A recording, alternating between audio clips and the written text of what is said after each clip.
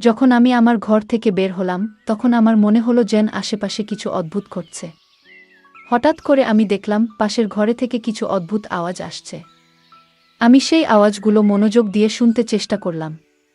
এরপর আমি আস্তে করে দরজার কাছে গিয়ে দাঁড়ালাম এবং কান পেতে শুনতে লাগলাম। হঠাৎ আমি মায়ের গলার শব্দ শুনতে পেলাম। আমার মনে হলো এখানে কিছু একটা ঠিক নেই। আমি ভাবলাম ভেতরে ঠিক কি হচ্ছে সেটা দেখা দরকার। কিন্তু সমস্যা হলো ঘরের দরজা ভেতর থেকে বন্ধ ছিল এবং ঘরে কোনো জানালাও ছিল না। তখন আমার মাথায় একটি বুদ্ধি এলো। আমি আস্তে করে এক চোখ বন্ধ করলাম এবং তালার চাবির ছিদ্র দিয়ে ভেতরে দেখার চেষ্টা করলাম। আমি যা দেখলাম তা আমাকে স্তম্ভিত করে দিল।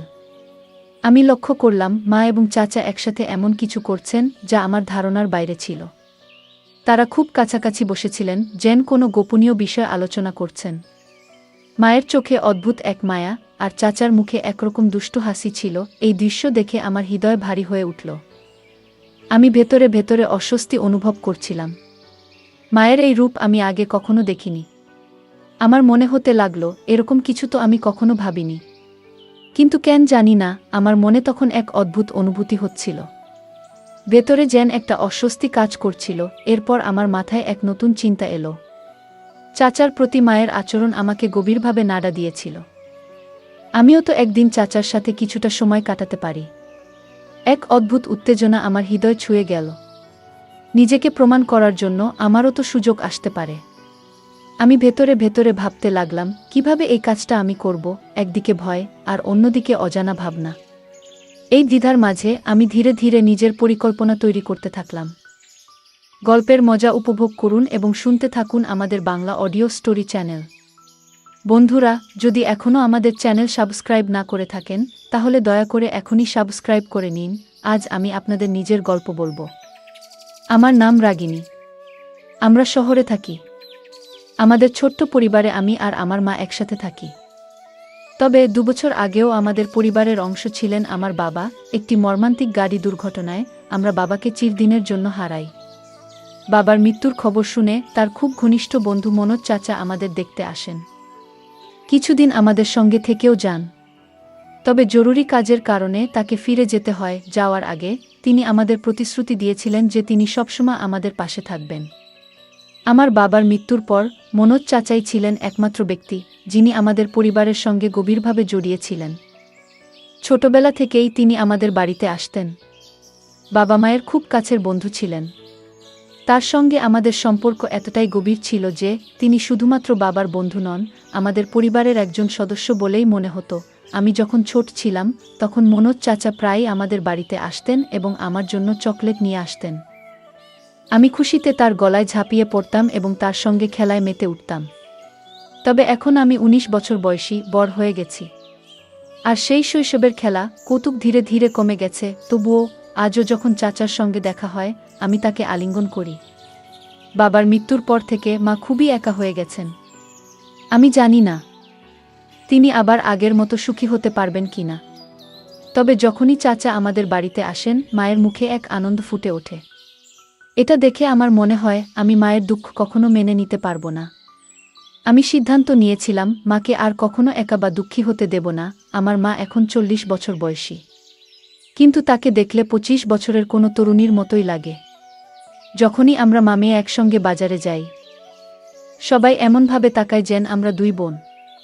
মায়ের সৌন্দর্য আর স্মার্টনেস দেখে অনেকেই অবাক হয়ে যায়।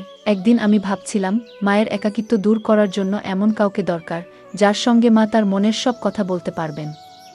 কিন্তু এমন মানুষ কে হতে পারে? আমি অনেক ভেবেও কিছু বুঝে উঠতে পারছিলাম না। ঠিক তখনই আমার মনে হলো কেন না মনোজ চাচার সঙ্গে কথা বলা যায়। আমি কোনো দ্বিধা না করে তাকে ফোন করলাম। প্রথমবার চাচা ফোন ধরেননি, হয়তো কাজের মধ্যে ব্যস্ত ছিলেন। কিন্তু আমি জানতাম তিনি আমাদের সবসময় গুরুত্ব দেন এবং মায়ের সুখের জন্য কিছু করতে পারবেন। আমার ফোন বেজে উঠল। আমি স্ক্রিনে দেখলাম মনোজ চাচার নাম ভেসে উঠছে।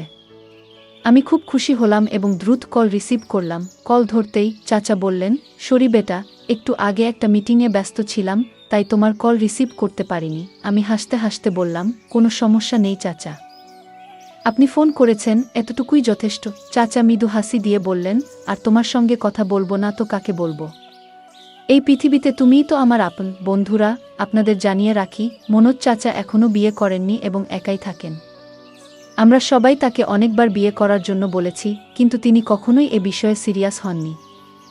এরপর আমি বললাম, চাচা, যদি কিছু মনে না করেন, আমি আপনাকে একটা কথা বলতে চাই। চাচা বললেন, বলো বেটা, কি বলতে চাও? আমি বলতে শুরু করলাম, চাচা, বাবা আমাদের ছেড়ে যাওয়ার পর থেকে মা খুবই একা হয়ে গেছেন। তিনি কারো সঙ্গে ঠিকমতো কথা বলেন না, খাওয়া দাওয়া ভালোভাবে করেন না। আপনি কি কিছুদিনের জন্য আমাদের সঙ্গে থাকতে পারেন? চাচা কিছুক্ষণ চুপ করে রইলেন। তারপর বললেন, কেন নয়? আমি যেমন আমার বাড়ি থেকে অফিস যাই, তেমন তোমাদের বাড়ি থেকেও যেতে পারবো। এটা বলার কি আছে? আমি আনন্দে অভিভূত হয়ে ফোনটা রেখে দিলাম। খাবার খেতে আমরা টেবিলে বসেছিলাম। তখনই দরজায় কড়া পড়ল। আমি দৌড়ে গিয়ে দরজা খুললাম। সামনে মনোজ চাচা দাঁড়িয়েছিলেন। মা তখনও চুপচাপ টেবিলের পাশে বসেছিলেন। চাচা মায়ের দিকে তাকালেন, কিন্তু মা তার দিকে একবারও দেখলেন না। এরপর চাচা নিজের ঠোঁটের উপর আঙুল রেখে আমাকে চুপ থাকার ইশারা করলেন। আমি তার ইশারা বুঝে চুপ হয়ে গেলাম। চাচা ধীরে ধীরে মায়ের পেছনে গিয়ে দাঁড়ালেন এবং তার 2 হাত দিয়ে মায়ের চোখ থেকে দিলেন। মা আস্তে আস্তে চোখ খোলার চেষ্টা করছিলেন। তাকে এইভাবে চেষ্টা করতে দেখে মনোজ চাচা হেসে বললেন, বলতো কে?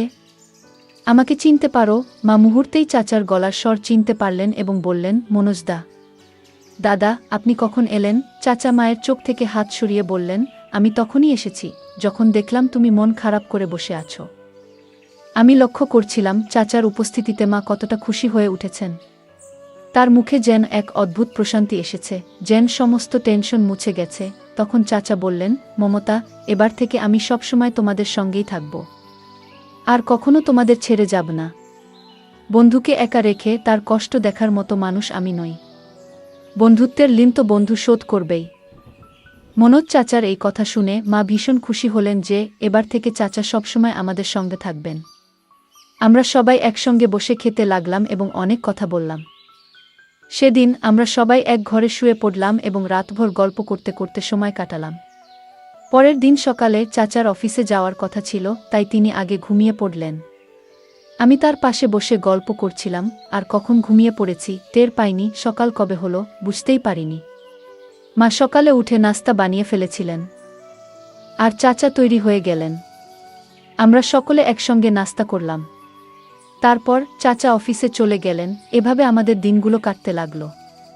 আমি চাচাকে বাবার মতোই মনে করতে শুরু করলাম। সত্যি বলতে তিনি আমার নিজের বাবার চেয়েও বেশি গুরুত্ব পেতে লাগলেন। কারণ তিনি আমাদের সঙ্গে ছিলেন, আমাদের খেয়াল রাখছিলেন। এক রাতে আমি আমার ঘরে শুয়েছিলাম। হঠাৎ খুব খারাপ একটি স্বপ্ন দেখলাম। সেই স্বপ্নে আমার বাবাও ছিলেন। আমি ভীষণ ভয় পেয়ে ঘুম থেকে উঠে পড়লাম। আমার কপাল দিয়ে ঘাম ঝরছিল, গলা শুকিয়ে যাচ্ছিল। তাই আমি পানি খেতে চাইলাম, কিন্তু দেখলাম আমার জগটা পুরো ফাঁকা। আমি ভাবলাম রান্নাঘর থেকে পানি নিয়ে আসি।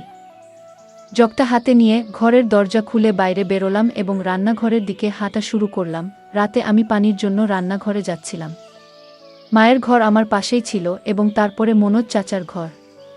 যখন আমি চাচার ঘরের সামনে দিয়ে যাচ্ছিলাম, তখন একটা মৃদু শব্দ শুনতে পেলাম। প্রথমে ভেবেছিলাম হয়তো চাচা টিভি দেখছেন, তাই বেশি গুরুত্ব না দিয়ে আমি সামনে এগিয়ে গেলাম। কিছুক্ষণ পরে সেই শব্দগুলো আরও স্পষ্ট আর জোরে শোনা গেল। এবার আমার কৌতূহল জাগল। চাচার ঘরের সামনে এসে আমি দাঁড়িয়ে পড়লাম। ভালো করে শোনার চেষ্টা করতেই বুঝতে পারলাম মা যেন কিছু বলছেন। আমি ভাবলাম, এত রাতে মা আর চাচা এক ঘরে কি করছেন? তখনই আমার মাথায় একটা বুদ্ধি এলো। আমি দরজার তালার ছিদ্র দিয়ে ঘরের ভেতরটা দেখার চেষ্টা করলাম। এক চোখ বন্ধ করে তালার ফাঁক দিয়ে যখন ভেতরটা দেখলাম, তখন আমি অবাক হয়ে গেলাম। আমি ভেতরে যা দেখলাম তা আমাকে বিস্মিত করে দিল। মনে হচ্ছিল এমন কিছু আমি কখনো কল্পনাও করিনি, যা আমার নিজের জন্যই অস্বস্তিকর ছিল। আমি নিজেকে শান্ত করার চেষ্টা করছিলাম, কিন্তু কিছুক্ষণের মধ্যেই আমি অসচেতন হয়ে পড়লাম। পরে দেখলাম মা বিছানায় শুয়ে আছেন এবং মনোজ চাচার সঙ্গে কথা বলছেন। মা বললেন, মনোজদা, এবার থেকে আমাদের ছেড়ে কোথাও যেও না। চাচা মায়ের হাত ধরে বললেন, তোমার আর রাগিনীর খেয়াল রাখার দায়িত্ব এখন থেকে আমার। এই কথাগুলো শোনার পর আমি ধীরে ধীরে নিজের ঘরে ফিরে এলাম। রান্নাঘর থেকে পানি নিয়ে এসে শুয়ে পড়লাম, কিন্তু ঘুম আর এলো না। বারবার মনে সেই দৃশ্য ভেসে উঠছিল। যতই ঘুমানোর চেষ্টা করি কিছুতেই মন শান্ত হচ্ছিল না। ভোর হতে আর বেশি দেরি ছিল না। আমি উঠে গিয়ে বাথরুমে ফ্রেশ হলাম। তারপর গোলাপি রঙের একটি হালকা পোশাক পরে নিলাম। পোশাকটি স্বচ্ছ ছিল এবং আমাকে দেখতে বেশ সুন্দর লাগছিল। আমি যখন বাইরে এলাম দেখলাম মনোজ চাচা সোফায় বসে নাস্তা করছেন। ভেজা চুলে তোয়ালে পেঁচিয়ে আমি তার সামনে গিয়ে দাঁড়ালাম এবং মুখে বললাম, চাচা কেমন লাগছে আমাকে? মনোজ চাচা মুচকি হেসে বললেন, বাহ রাগিনী, আজ তো তোমাকে একেবারে অপূর্ব দেখাচ্ছে। আমি যখন মনোজ চাচার কথা শুনলাম তোমাকে আজ খুব সুন্দর লাগছে, তখন আমি খুব আনন্দিত হলাম। চাচার পাশে গিয়ে চুপচাপ বসে রইলাম। কিছুক্ষণ পরে চাচা অফিসের জন্য তৈরি হতে লাগলেন। আমি হঠাৎ উঠে গিয়ে চাচাকে আলিঙ্গন করলাম। মনে হলো যেন বহুদিনের জমে থাকা আবেগ আমার ভেতর থেকে বেরিয়ে আসছে। চাচার শরীরটা মুহূর্তের জন্য কেঁপে উঠল, আর তার মুখে এক অদ্ভুত অস্বস্তির ছাপ ফুটে উঠল। সেই ছাপটা যেন মনের গভীরে লুকানো কোনো দুঃখ কিংবা অপরাধবোধের প্রকাশ। আমার চোখ ভিজে উঠছিল, যেন আমার ভালোবাসা আর মনের কষ্ট তাকে জানিয়ে দিতে চাইছিলাম। কিন্তু এটা তো কেবল গল্পের শুরু। বন্ধুরা, যদি এই গল্পটি ভালো লেগে থাকে তাহলে দয়া করে ভিডিওটি লাইক করুন এবং আমাদের চ্যানেলটি সাবস্ক্রাইব করুন। পাশে থাকা বেল আইকনটি প্রেস করুন যাতে করে আমরা যখনই নতুন ভিডিও আপলোড করি তার নোটিফিকেশন সবার আগে আপনার কাছে পৌঁছে যায়। ধন্যবাদ। দেখা হবে আমাদের পরবর্তী ভিডিওতে।